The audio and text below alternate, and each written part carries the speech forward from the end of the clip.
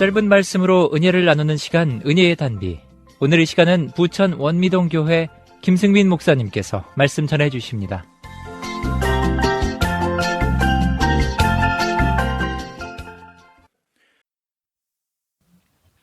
네 사람이 함께 여행을 하게 되었습니다. 세 사람은 엄청나게 많이 배운 사람이고 보통 사람들이 상상조차 못할 능력들을 보유하고 있었습니다. 나머지 한 사람은 지극히 평범한 사람이었습니다. 잘나고 똑똑한 사람들 가운데 끼인 보통 사람은 그들로부터 천대와 멸시를 당하며 여행을 하고 있었습니다. 여행 중에 어느 숲에 도착하게 되었습니다. 그런데 숲속에 죽은 사자의 뼈가 고스란히 놓여 있었습니다. 지금껏 자기들의 지식과 능력을 자랑하던 세 사람은 이 상황을 잠시 보더니 각자의 지식과 능력을 총동원하면 이 죽은 사자를 살려낼 수 있다고 큰 소리를 쳤습니다. 그때 보통 사람이 말했습니다. 당신들의 지식과 능력은 정말 대단합니다. 제가 그거 너무나 잘 알고 있습니다. 그러나 죽은 사자를 살리는 일은 하지 마시기 바랍니다. 왜냐하면 사자가 살아나면 먼저 우리들부터 잡아먹을 것이기 때문입니다. 그런데도 이 잘난 세 사람은 보통 사람의 말을 듣지 않고 벌써 첫 번째 사람이 흩어져 있던 죽은 사자의 골격을 정확히 짜 맞추었습니다. 두 번째 사람은 그러면 자신은 골격 위에다가 살과 피부를 입히고 피도 공급해 주겠다 말했습니다. 세 번째 사람은 완전히 형태가 갖춰진 사자 몸뚱어리에 호흡을 넣어주기 위해 작업을 시작했습니다. 이때 네 번째 보통 사람이 황급히 말합니다. 여러분의 지식과 능력은 실로 경지를 넘어서 있습니다. 그러나 제발 부탁이니 다른 것은 몰라도 사자만은 살리지 말아 주십시오 라고 사정을 했습니다. 그러나 원래 스스로 잘나고 똑똑하다고 생각하는 사람들은 남의 말을 귀담아 듣는 법이 없습니다. 잘난 세 사람은 보통 사람에게 아니 무식한 줄만 알았더니 겁도 유달리 많다고 면박을 주면서 계속 사자를 살리는 작업에 몰두를 했습니다.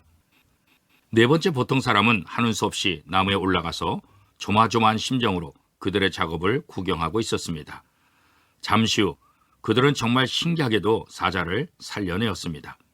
에스겔 골짜기의 기적과 같이 살아난 사자는 한번 우렁찬 포효를 하더니 완전히 빈 자기의 속을 채우는 것이 가장 급한 일이기에 자기 앞에 있는 사람들을 전부 잡아먹어 버렸습니다.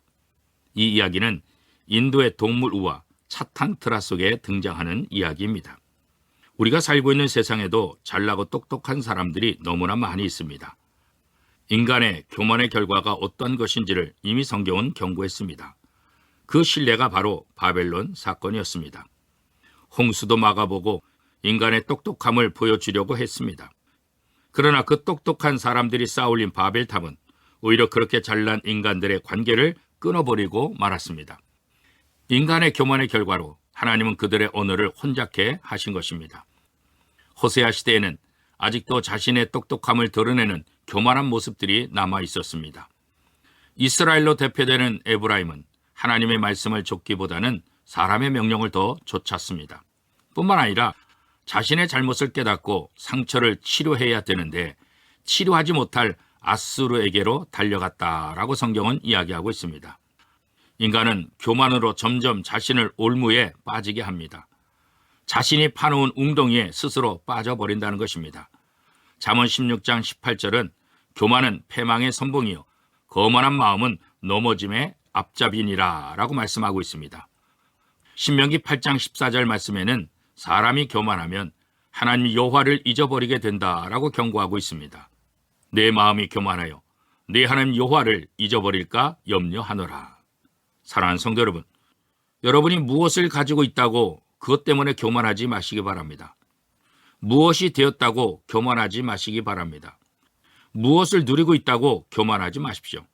그 교만이 여러분의 발목을 잡게 될 것입니다. 오늘 하루도 겸손하게 하나님을 바라보며 하나님을 의지하는 복된 삶을 살 수 있기를 축복합니다.